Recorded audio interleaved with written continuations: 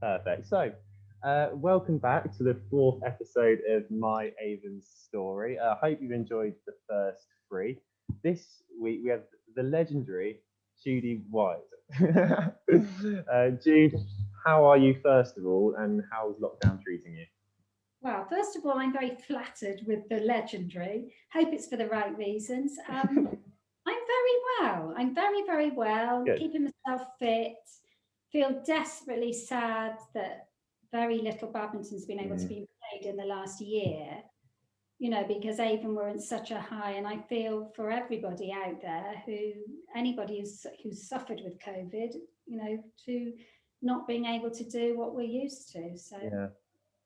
Okay. Right. Well, to go on a bit more of a positive note. yeah. We're sort of I like with all three so far. I'd just like to start off like how you got into badminton. Like sort of if you could sort of talk us through maybe some of your first memories of playing badminton and sort of how you just started to enjoy the sport. Okay, so funny enough, the very first memory of badminton was actually in my back garden at home. We had 7 apple trees, and at the time of year where you'd have teeny tiny little apples and they'd be on the floor, I used to get my badminton racket out, and we had about 7 gardens that backed onto our back garden. And I used to ping them off, you know, all over the gardens. And Yeah. in our day, you couldn't the I think the youngest you could join the badminton club as a junior section was 10. Hmm. So I was absolutely chomping at the bit by this stage. My mum was a very, very good badminton player, and she won numerous tournaments. Hmm. She was probably my inspiration into the sport. And I joined Kingstown Juniors as soon as I can. It was either 10 or 11. And at that, I met Dave Gribble at one of my first outings to Kingstown Juniors. And in those days, we played on, it was where Kingstown Sports Centre is now, but it was an old swimming pool, which Hmm. in the winter they boarded it over and put badminton courts. And Wow. yeah, so it was fantastic for badminton because it was a sprung old wooden floor, Hmm. and it was a perfectly cold temperature. But that's where we did. That's where I first started. And I played in Kingstown Juniors, and they were very active in the leagues and everything. And then when I was about 14, they encouraged you to go to a senior club. They didn't get rid of you, but it was really encouraged to go to a senior club. And I went to, um, I think at the time I wasn't good, and I was playing Gloucester thirds by that stage, Hmm. which actually were playing a lot of people's second teams, but I wasn't good enough to go to Bristol at that time. So I played in a club called Bristol Nomads with my Right. dad for a little bit. And then I went to Bristol, I think, probably a year later, and I've All been right. there ever since. So, So at yeah, what so you said that you started playing at like 10 or 11. Like yeah. at what like once you started, did you feel like in the first year or maybe that this could be a really good sport for me that I really want to take up, or did it was it sort of quite a gradual progression into it? Well, I was always very sporty as a child. Mm. I think as soon as I could get up and walk at the age of probably 1, I was always playing a sport at school. I was into everything. But I loved badminton. I liked the fact it was with girls and boys. It's one of the few sports where, mixed is taken really seriously, whereas in a lot, like tennis, it's a little, I always think it's a bit of an afterthought sometimes. And I just had the greatest time with these kids. We Mm. had such good camaraderie. I met Nikki Finch. I met and we're still great mates now. It's just lovely. Yeah, and I loved it. I Mm. loved it. I couldn't get enough of it. I mean, you were only allowed then. We used to play for 5 hours on a Sunday afternoon, and that was the only badminton I could get. Then there was nothing played in primary schools or anything. But I so look forward to that Sunday afternoon, 2 o'clock, I think it was something like 2 till 7 o'clock on a Sunday. And it was just brilliant. Had such a great time. And there were the most fantastic players there that came on to play for England, everything. And you played in groups. You started in the lower group, and once they assessed you and they thought, yes, you're better now, you can go up to the next court and the next court and the top court. And so I was always competitive from a very young age, and I thought, I want to be up to that top court. That's what I wanted.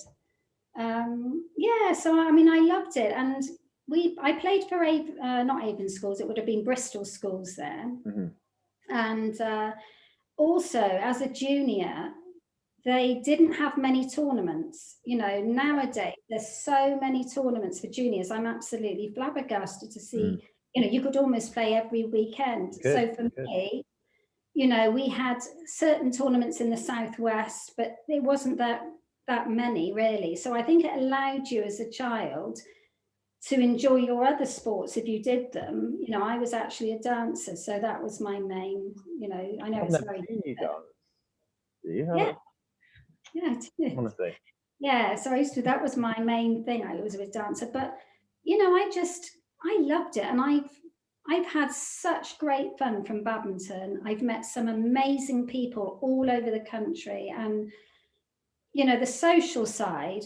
I was interested that Adam Porter said the social side of badminton. Well, it's always been amazingly good.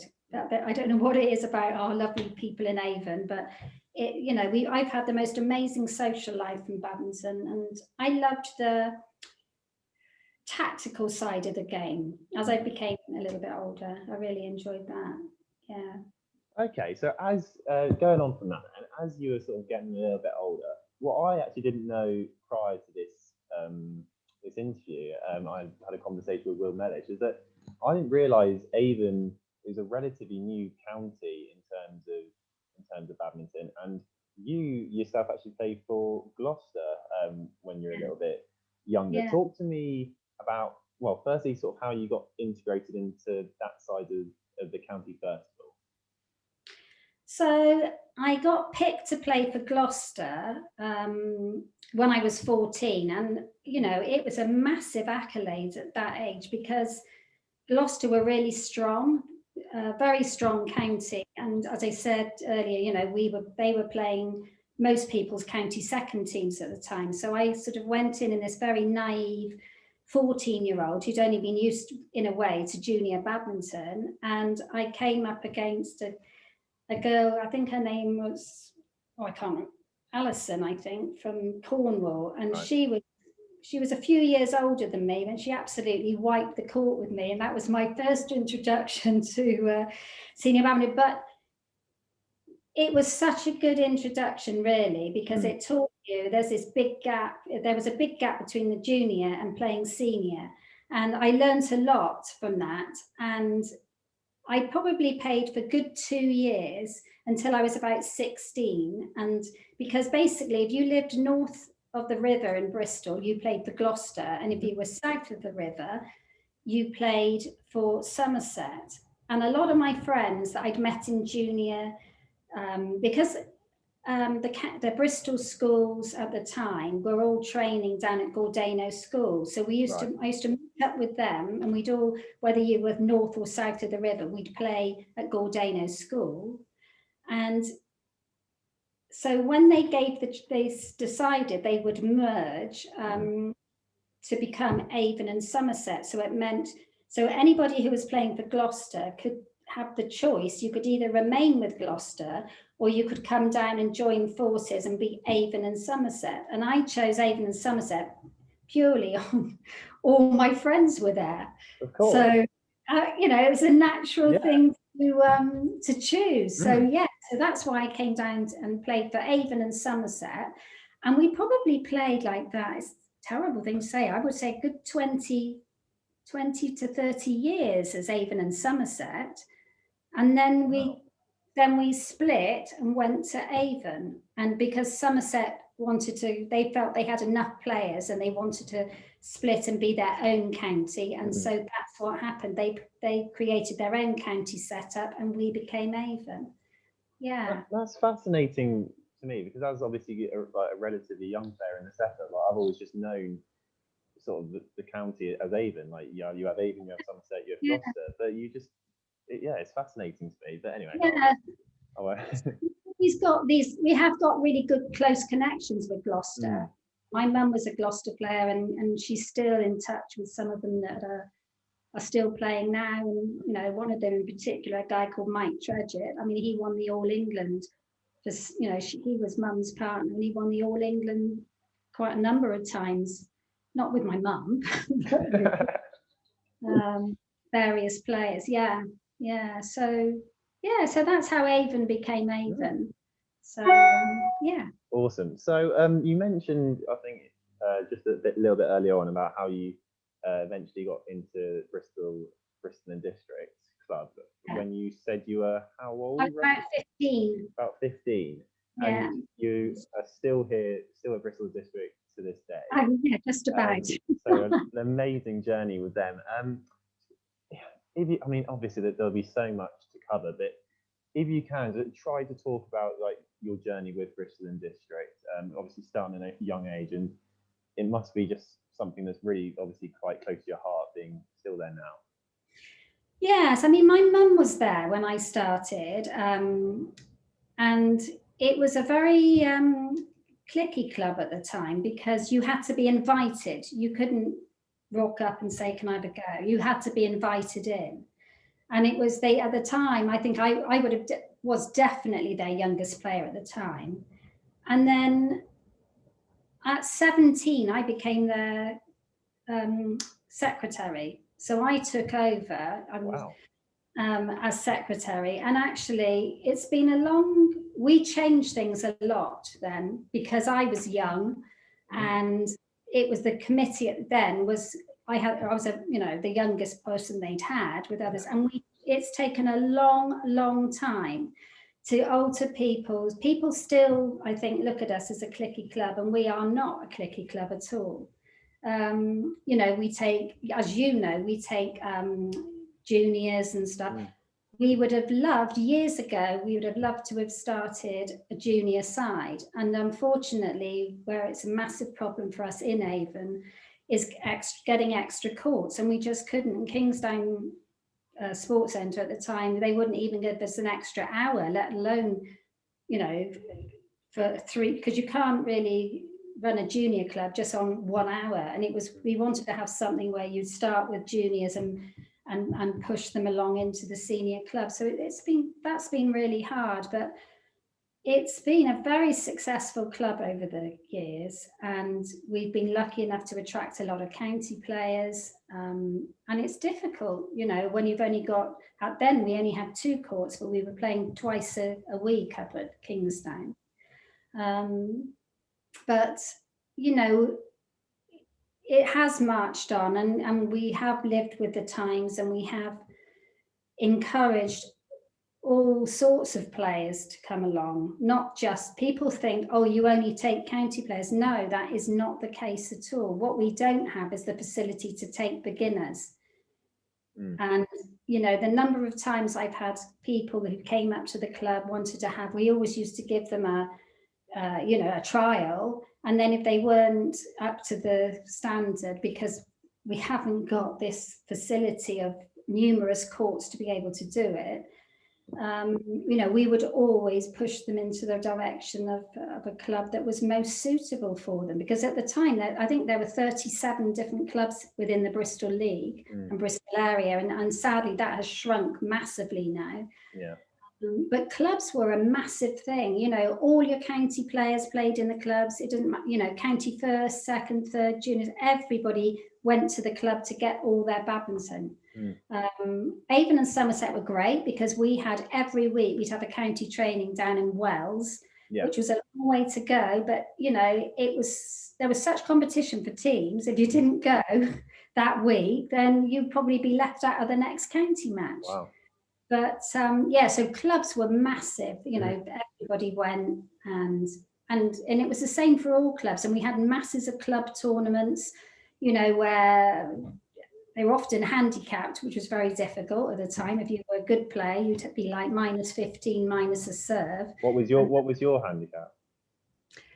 Well, it depended. It depended. You know, when I was younger, it was probably quite good. But you know, as you got better and better, I remember playing something like -15 minus a serve. They called it minus a hand because in those days we were playing on the 15 basis. Course, So yeah. you could only serve. You had 2 serves. You could only score on your own serve. Yeah. Which again is probably completely alien to a lot of juniors. But I liked it because badminton is incredibly tactical, and I think that's why I liked it so much. But you know, serving a perfect serve was so important in those days because you could only score points on your serve, so it had to be very accurate and where you were putting it. I think it still is now, isn't it? A perfect serve. It is because you can serve. You serve in the net or out, and you've given away a point. I mean, that's just horrendous. That. But I mean, you've probably seen me in my early days at Bristol District. I can buy a serve. I generally couldn't buy a double serve, honestly. Honestly, it's one of my biggest things with if your game is not great at the time and you're going through a bad patch. If you've got a good serve. And it's not just having how tight it is, it's placement of the serve. And because everybody, I've played with young juniors and, where they're serving to the same spot and you'll say to them, right, just serve into his left, his left shoulder a bit more or into his chest or out wide. And they can't believe it. And they say, well, how did you know that? And I said, well, because everybody has a weakness of return and it's finding out where that is with your opponent. But that tactical is good. And, I was talking to Nikki Finch a few years ago and I said, how come we can still compete with the youngsters? Because, you're fitter, faster than us. And she said, well, because we're tactically, we've always learned to play tactically. She said, when we were younger, and she's absolutely right, we were playing we didn't have the abundance of courts, so you might play on one court a match. And so you spent a lot of time sitting off and you're watching these games. And she said, you learn so much by watching a game. And it is true, you play against somebody might say, well, I come off a court and I think, how can I not beat that person, who's like 20 years older than me? I just think, how can I not do it? And if you stare at their game and you watch it and you think, well, what do they do? Honestly, you learn so much from that. And it's a massive tip to any junior who wants to improve their game. Have a look at your opponent, just watch what they do, and you will pick up a lot of tactical tips from that. Sure.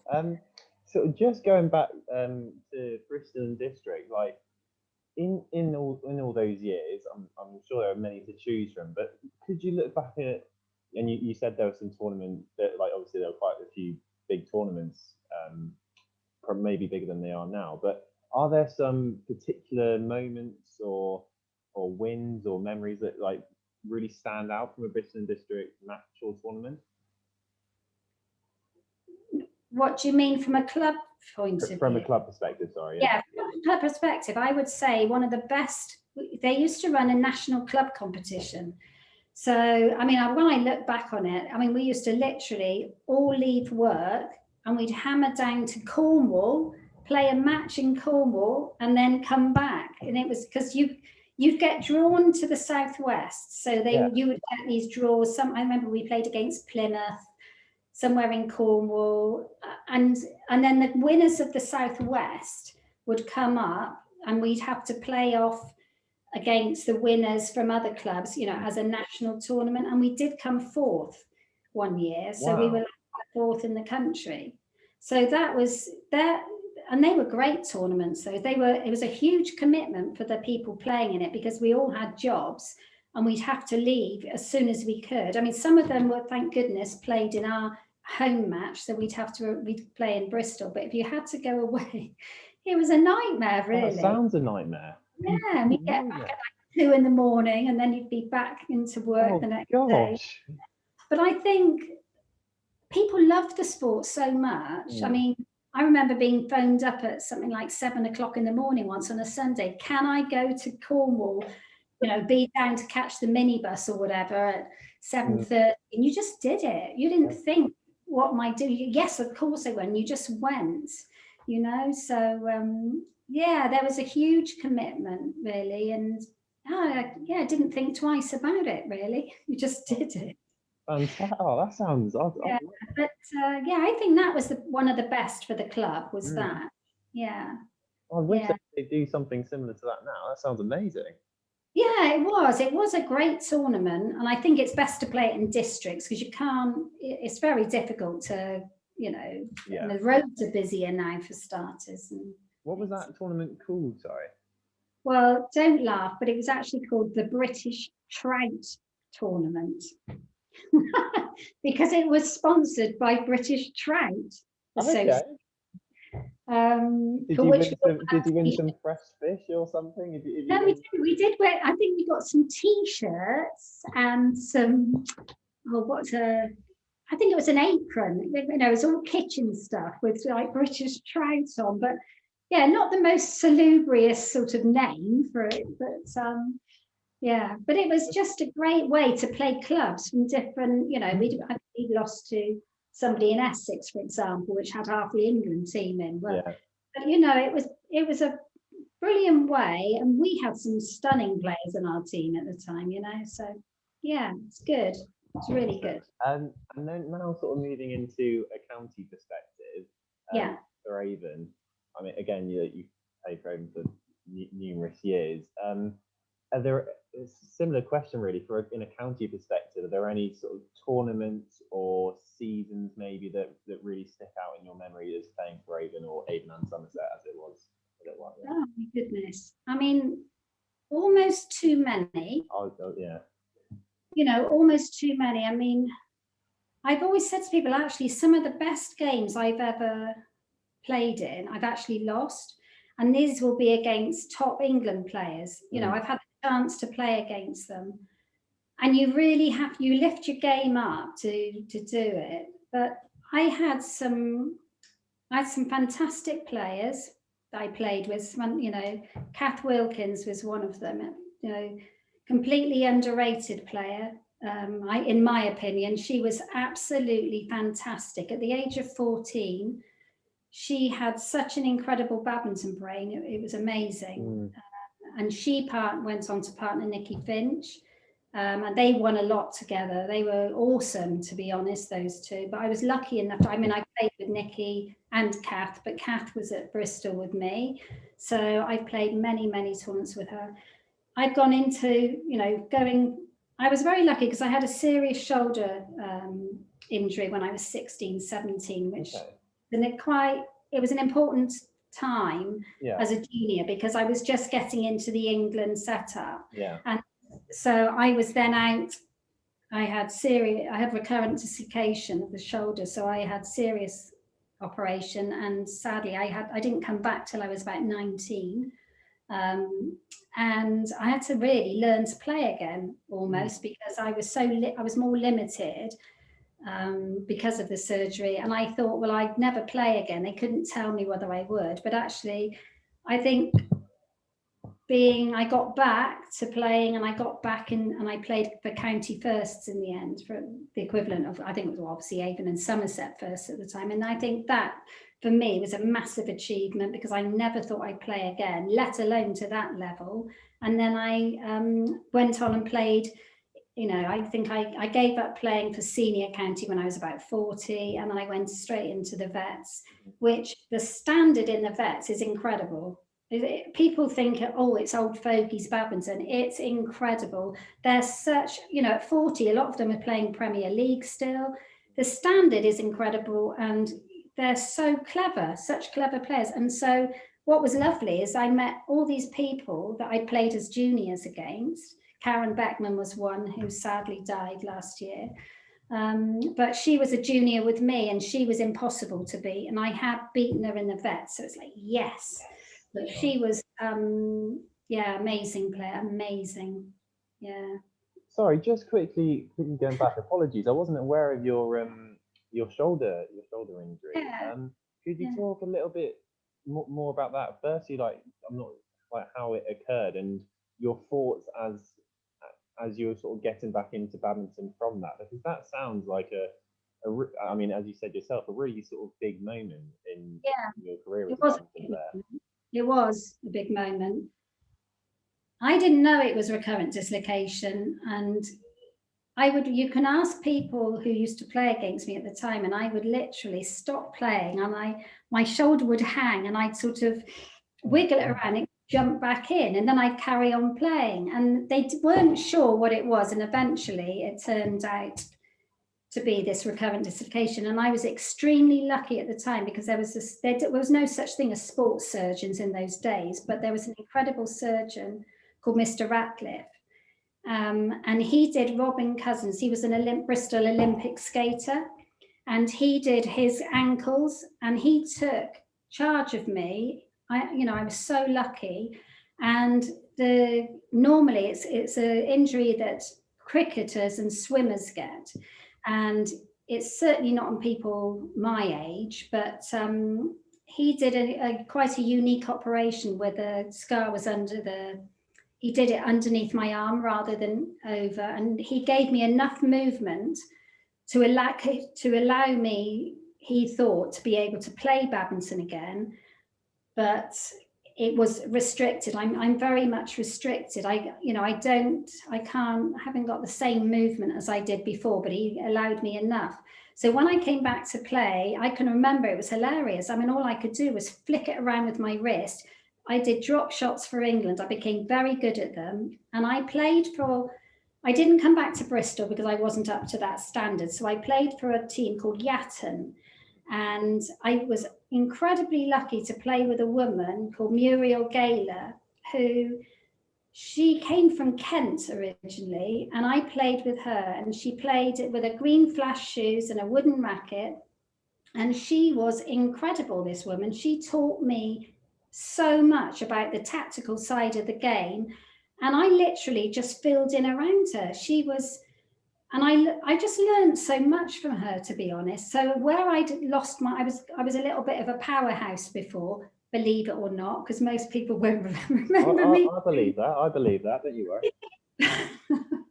I was never, if people know me, I was never known for my power, more touch shots, but I had to learn to play a different way, to be honest. I wasn't allowed to take shots around the head anymore.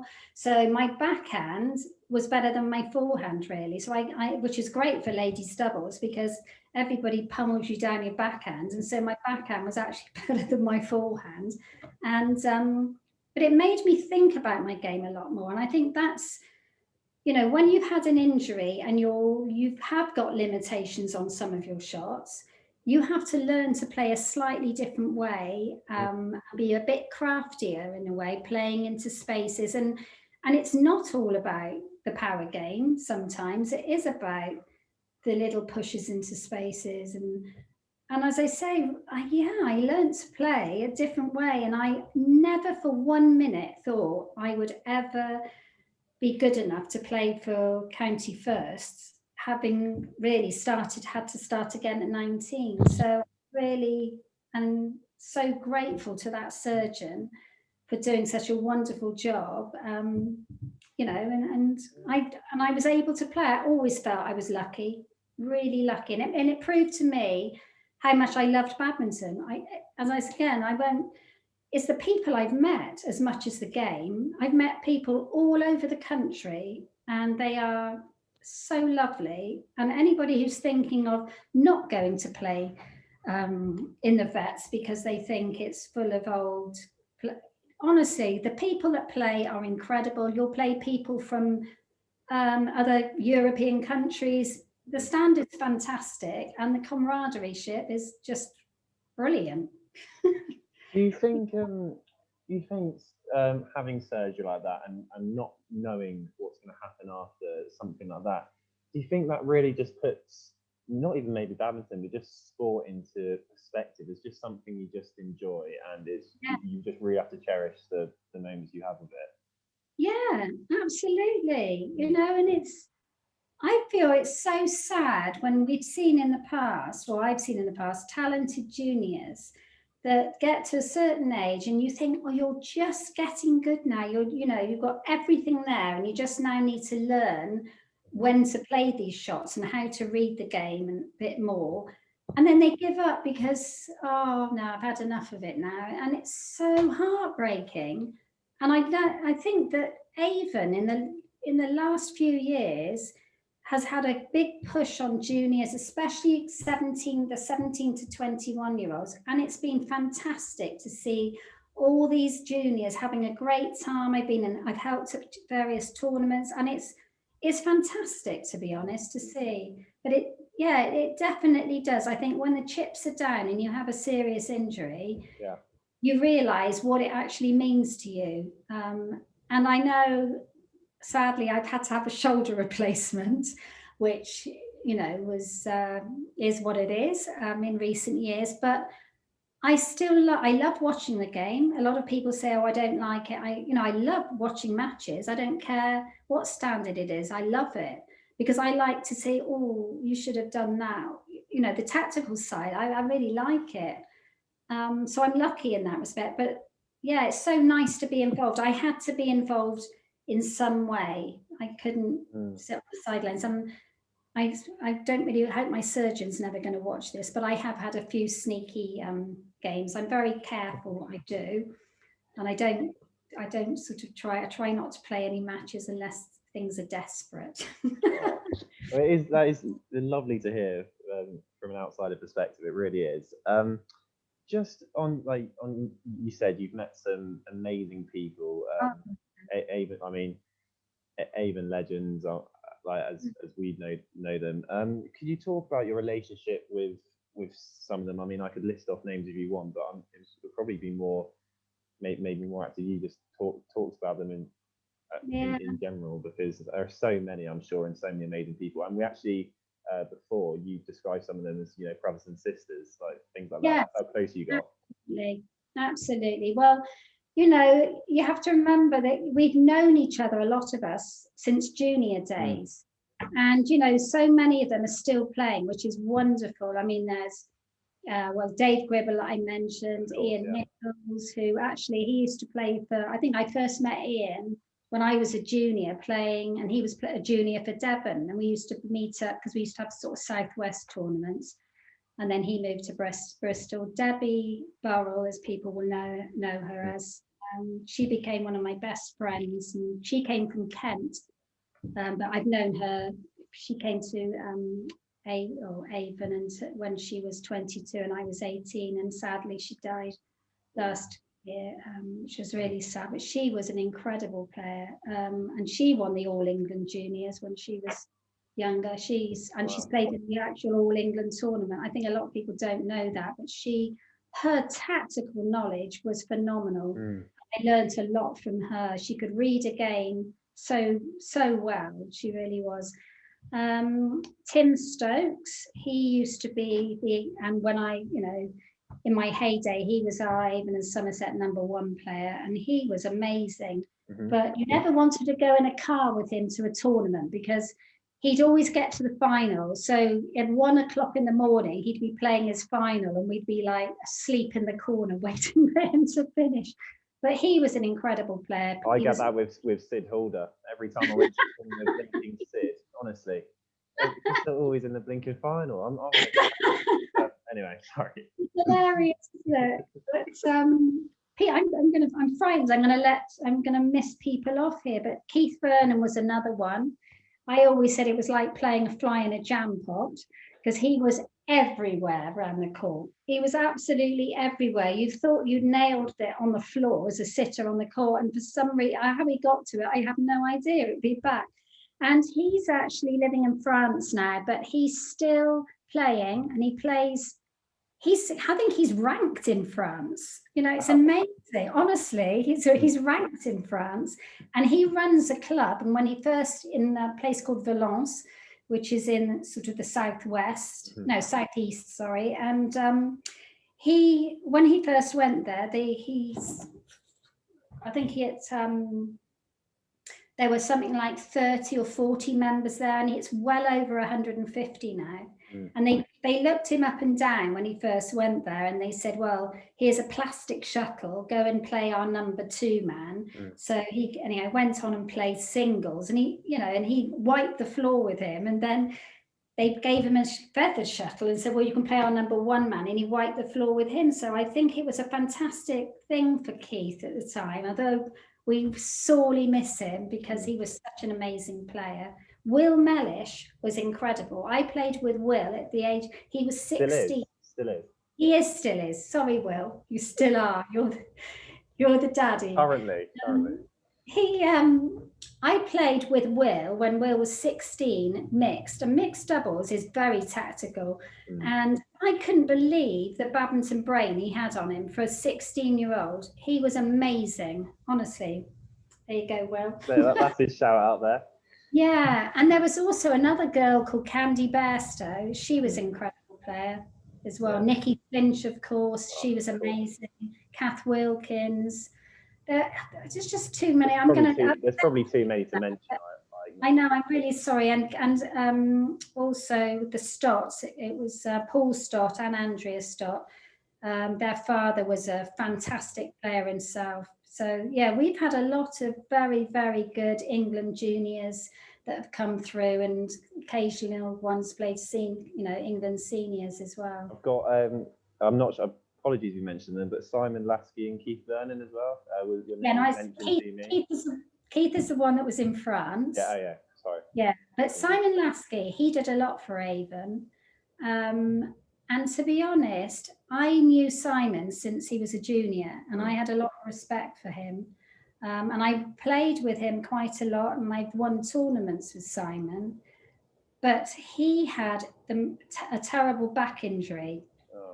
From a very young age, from about probably when he was about 14 or 15, but that never stopped him.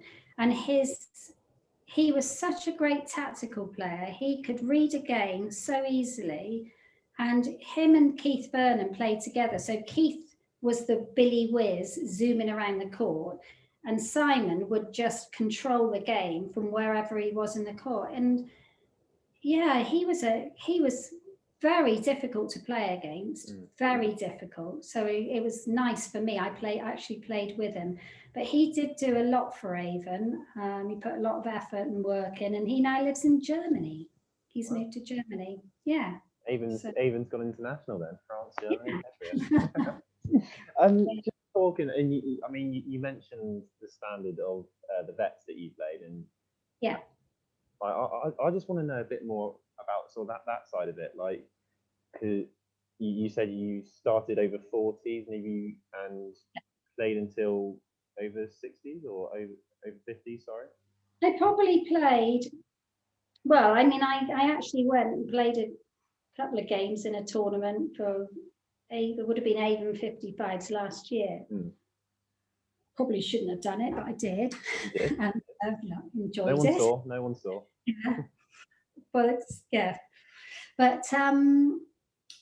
yeah, so I've literally played probably county for Avon Somerset, Bristol School, since I was about 12. And so I played all my life through. And yeah, I did. I'm sure I was 40 when I came to end my, playing, because I think you've got to leave those places for other people. I think, and there is, well, in fact, Betts is at 35 now, but most of the county matches start at 40, the age of 40, and then they go up in 5-year increments. So 45s, 50s, etc. And again, Avon are very strong. We've been very strong, but we're really lacking players from the age of 40 downwards. So we used to run, full complement of teams. Sometimes some age groups would have 2 teams, but it's becoming less, down at the, we're top heavy sort of 60s and above now, but we could definitely do with more players. And it's such great fun because at the end of the day, everybody wants to win, but the social side's great. It's, it's great. And I was just going to ask that. Sorry to cut in, but I was just going to say, like, even though obviously, it's slightly different, is it the same. It's got the same competitive edge, but also it's like you just again, it's just going back to that point of whatever you play, it's just the enjoyment factor of it that's just the really pleasing part. It's absolutely, it is. And we have these 2 tournaments a year, apart from your county matches, and there's always a dinner dance, and it's just a great place to meet, the opposition in a way. And some of them you think, oh my God, especially when I first came into the vets, I was seeing people that I hadn't seen since I was a junior, because if they weren't playing in the same county, in the southwest counties, if they were playing from the home counties, Surrey and stuff, I mean, apart from if I played in senior tournaments over there, then you didn't get to see them. So it was fantastic to see some of these people are still playing and they're still really good. And then you end up playing in some tournaments, you'll play against internationals. Well, I mean, you'd never get the chance to. I would never have played against internationals, from Denmark and whatever. But I've often played against, the Dutch, the Danes, and you just think, what a great opportunity, great opportunity. And again, although everybody wants to win at the end of the day, I met so many nice people from older age groups right down to the younger element. Debbie and I would be, sometimes they couldn't get us out the hall, we were chatting so much. So and as with all the Avon teams, and I'm sure it'll be the same, there's a fantastic, especially in the hall, a fantastic team spirit. Yes. And I was just sort of wondering if it was the same, if it's the same with you, and I'm sure it is. Like, and how important that is to you playing on court as well. Well, I think it's massively important to you have to really enjoy playing with who you're playing with as a partnership. It's no good putting the 2 best players together. That doesn't work. And I think if you have a good relationship with your partner and you can talk, if things are going wrong, you can turn and say, right, this is what we need to do. And, that makes a massive difference. But, just to have that lovely social with all your friends, it makes such a difference. And again, even now, if we're watching our county team, even though we've got it in the bag, we've won by a country mile, you always, for me anyway, and Debbie was the same, I know, you would always sit and watch that last mix, because you don't go off to the shower room. I mean, that really annoys me, but I think it's really lovely to give them, to give them the support as well. And I will say that when I was younger, we always had support. Always, always, always. And then I think it went for a number of years when I used to look at the county teams at the time. And, I would say in the last 5 years, or maybe it's just come back. And from what I've seen, whether it's at the restricted, I haven't seen the county matches, but I just know from the players and how well they get on. It's so lovely to see it all back again. Honestly, it makes for team spirit, and I think that is why Avon is so successful. I really do, because you guys socialize outside of badminton as well as badminton, and which is the same with us. I mean, we're godparents to each other's children, and we still go on holiday together. We've known each other since we were 11, and I'll tell you, you never lose that relationship and it's really important. You'll realize it as you go on in life, but it's so lovely to see. And the other thing is, I think on the whole, they've got the team spirit on the court, from what I've seen, is fantastic. You very rarely see anybody cheating, getting annoyed. Is honestly, I think it's a credit to the junior, the people in the juniors that are running the teams, and down to the clubs. Those kiddies are coming out. It's wonderful to see. They never get nasty, upset, bad-tempered, cheating, nothing like that. It's wonderful. And you can see them all having a good chit chat. I love it. It's brilliant. And I think that's for a successful county. I really do. Yeah. And sorry, just lastly, clearly being a secretary of a club or a county runs with you, because at 17 you said you were secretary at Bristol District, and you're secretary of Avon now. Just 2 things on that really, and I know it's obviously very tricky to look ahead, but first is just how is it working with the Avon committee, and secondly, is there anything you're sort of trying or hoping sort of to look forward to in the future post COVID? Well, with the it's COVID's just been awful, I think, for badminton because it's an indoor sport, and they talk about producing this shuttle for playing outdoor badminton. It's near impossible, apart from pinging my little apples around. I mean, it's ridiculous. But Avon, we've got such a good committee. We all get on incredibly well. Ian Gorham is amazing. He is so proactive, and he's been a complete breath of fresh air. But everybody else on the committee, we all support each other. We're all singing off the same song sheet. So really, it's a recipe for success.